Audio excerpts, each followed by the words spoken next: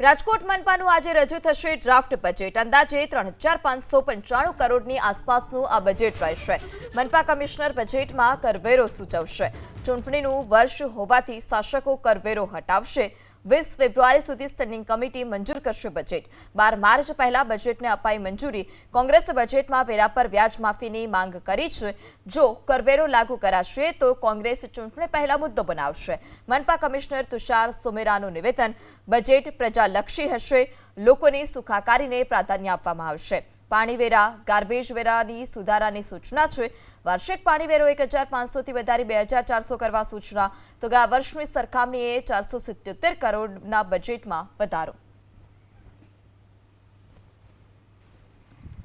વર્ષ 2026-27 રાજકોટ મહાનગરપાલિકાનું બજેટ હવે થોડી વારમાં અમે પ્રેઝન્ટ કરવા જઈ રહ્યા છીએ અને આ બજેટિંગ એક્સરસાઇઝ એક બહુ જ critical exercise for a municipal corporation હોય છે। આપણે જોઈએ એમ સ્થાનિક સત્તામંડળ તરીકે આપણે અને લોકલ સેલ્ફ ગવર્મેન્ટ તરીકે આપણે આપણા ફાઇનાન્સીસને જે રીતે મેનેજ કરીએ છીએ એ ખૂબ શહેરના વિકાસ માટે ખૂબ ક્રિટિકલ બાબત હોય છે। અમે હવે લગભગ 10-15 મિનિટ બાદ બજેટ પર રજૂ કરી રહ્યા છીએ અને બાદમાં ખૂબ ડિટેલ પ્રેસ કોન્ફરન્સ આપણે કરી રહ્યા છીએ। આજે માનનીય કમિશનરશ્રી દ્વારા સ્ટેન્ડિંગ કમિટીમાં રાજકોટ મહાનગરપાલિકાનું અંદાજપત્ર વર્ષ 2026-27નું બજેટ અમને સુપ્રત કરવામાં આવ્યું છે।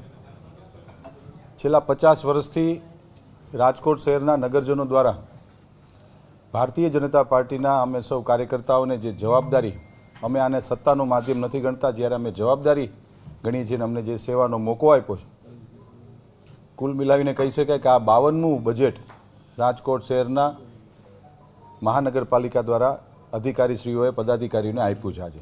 આ બજેટ આજે કમિશનરશ્રી જ્યારે આપ્યું છે ત્યારે આપ સૌના માધ્યમથી રાજકોટ શહેરના શહેરીજનોને હું ખાતરી આપું છું કે આપને અનુકૂળ પડે એવું સરસ બજેટ સ્ટેન્ડિંગ કમિટી આવનારા 7 દિવસમાં ગહન ચર્ચા વિચારણાના અંતે આવતા વીકની અંદર રાજકોટ શહેરનું વર્ષ 2026-27નું અંદાજપત્ર અમે લોકો રજૂ કરશું।